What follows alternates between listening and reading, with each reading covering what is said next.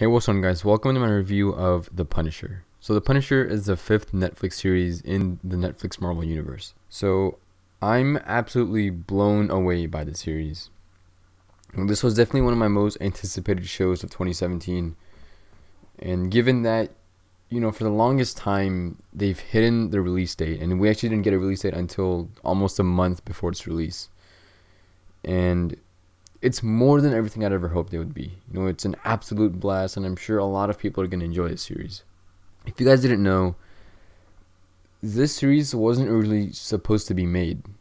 He was supposed to just be a character on Daredevil, but since everybody loved his performance, they decided to greenlight a series for The Punisher. This is definitely the most bloody, most brutal, most intense, and most mature show in the Marvel Netflix universe. Right from that first scene of the first episode, it throws you right into Frank Castle's bloody, brutal world. And intensity continues from the first episode to episode 13. It just skyrockets from each episode on. And that's become something of a staple of these Netflix Marvel Universe shows. They're really good at keeping the stakes incredibly high and keeping high intensity throughout the whole season. That's just what they're so good at now. That's what they're known for. Personally, the last 4 episodes of the series are the best in my opinion. They really let the Punisher cut loose, and he just goes after his targets with nothing to lose. This in turn creates some incredible action sequences and gunplay accompanied by some damn good special effects of blood and gore. Each fight raises the stakes higher and higher, leading up to the final fight, which is absolutely mind-blowing. The stuff you saw in Daredevil Season 2 was just the tip of the iceberg. When you see it in The Punisher, especially in those last 4 episodes, that's some really brutal shit, and it's definitely worth the wait. It's much more mature in the sense that the story is much more realistic. The events of The Punisher in this day and age can actually happen in the real world, which is scary to think about. That alone raises the stakes of the show. I thought Jon Bernthal as The Punisher was great. His writing for the character, followed by his performance, was absolutely moving. The sheer brutality, power, and emotion that he brings to the show is absolutely unbelievable. You can also really connect with him on a human level, and really feel his pain and anger as the season continues.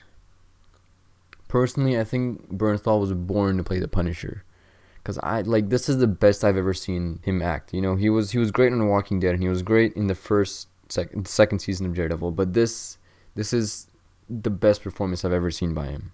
And Micro's character was also excellent. I'm not sure if I'm saying this name right, but Iban Moss Batrak, his performance was beautiful. Just watching his character transform over the course of the season was a lot of fun to watch. The character Micro is very different from a lot of allies that we've seen in other comic book shows, in the fact that you really can't tell what this guy's motives are, and when you do figure it out, you can tell that Frank doesn't trust this guy.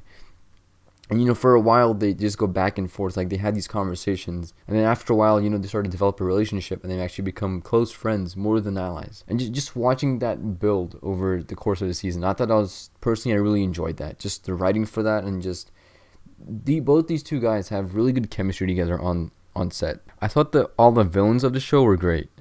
There isn't really one central villain, but there's 2 main villains, and then there's the third side villain.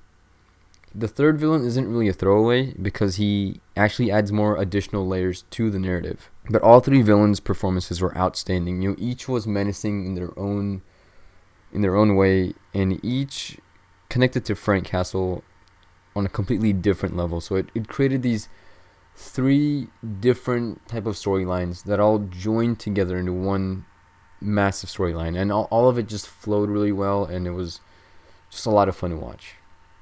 I was actually pretty concerned about how the show would handle having 3 villains. When I find out there's more than one villain, I was afraid it's going to suffer from just being completely unorganized and unbalanced. But the show does a really good job at tying everything up in a neat little bow by the end of the season. It takes care of all of the villains, and it shows how all of these connected Frank Castle, and it does it in a really unpredictable way. You can try and think, they might do this next, or they might do that in the next episode, but they go in a completely different direction, ways you didn't even think could happen. And I thought that was absolutely amazing. You don't see that with a lot of these shows anymore, because you're able to predict what can happen. And you can't do that with any of these episodes of The Punisher. I really like the supporting cast as well. You know, characters such as Dina Madani and Curtis had amazing performances. The show understands that even though these are side characters, there's just supporting cast members, they still deserve their own moment on the show. So each of these characters, they have a chance to get in, in their own action sequences, and it's just a lot of fun to watch. So knowing that, Marvel Netflix can strike a balance and know that supporting cast members are almost equally as important as the main characters, that's just great to see. The next thing I want to talk about is a timeline. The show never really explains where in the Marvel Netflix universe Punisher's show lies exactly, but based off of the characters we've seen and a little bit of the context, I'm pretty sure the show takes place after Defenders, because we see Karen Page and we see Brett Mahoney, and those are the only two Daredevil characters we see. We surprisingly don't see Claire Temple in the show, which was kind of weird not seeing her, but at the same time it's kind of a relief, because I think they were overdoing her character, especially by the time they got to Iron Fist. I thought it was just like, yeah, you don't have to be in all of these shows. I actually really like the chemistry between Frank and Karen in this season. It brings them much closer, and it forms a much needed, stronger, and necessary bond for between the two. The writing for the show is by far some of the best that I've seen out of any Marvel Netflix show.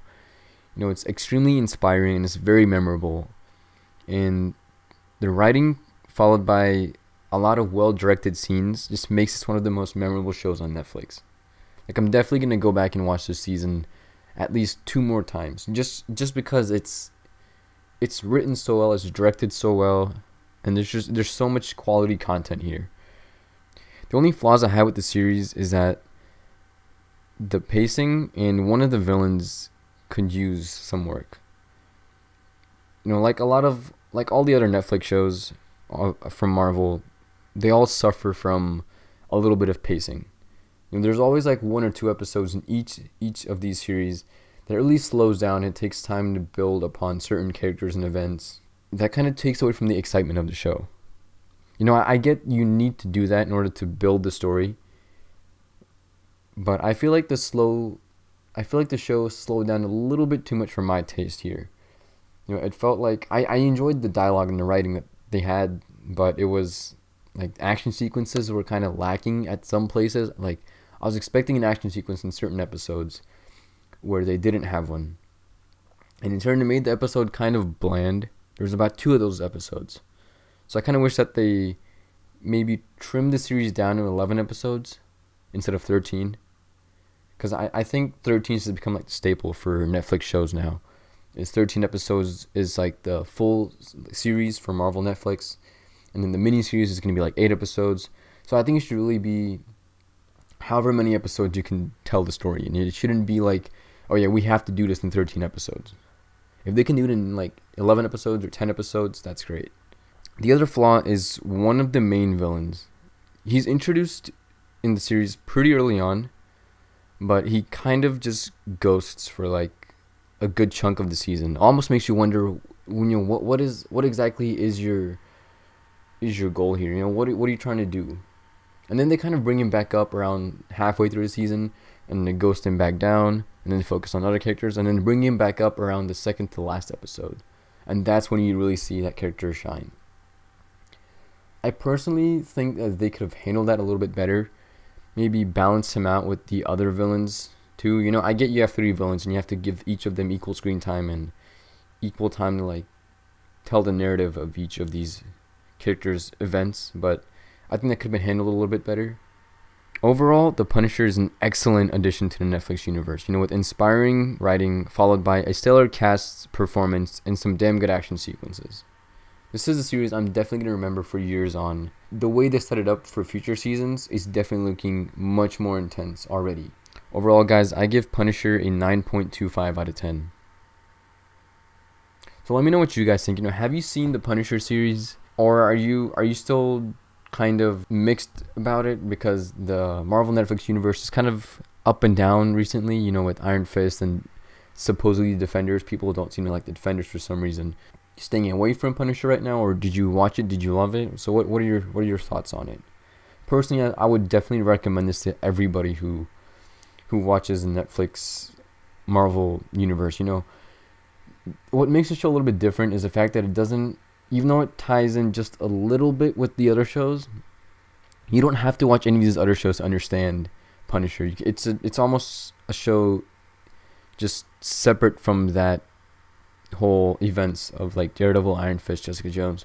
So I definitely recommend you guys watch this, regardless of if you've seen the previous shows or not. But if you guys enjoyed this review, then smack that like button. It's always appreciated. If you have any comments or questions about this review or anything in particular, leave a comment down below. And if you want to see more superhero content like this, then subscribe to see more. I'll see you guys next time.